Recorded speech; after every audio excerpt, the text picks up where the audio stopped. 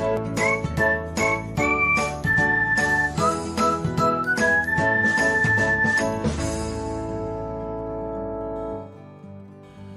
everyone, welcome back to another episode of Technologyglance. In this video, I'm going to guide you through how you can view someone's Instagram account from their Threads profile. So, let's get started.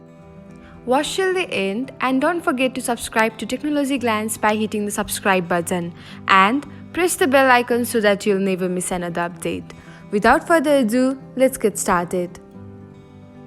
First of all, open the Threads app on your device. Now, open the account whose Instagram you want to view. Next, tap on the Instagram icon beside the bell icon.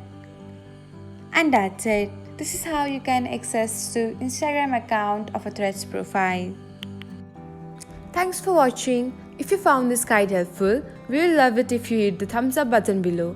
We upload great new tech tutorials like this one every day. So, don't forget to subscribe to our channel and hit the bell icon to get an update as soon as we post a video.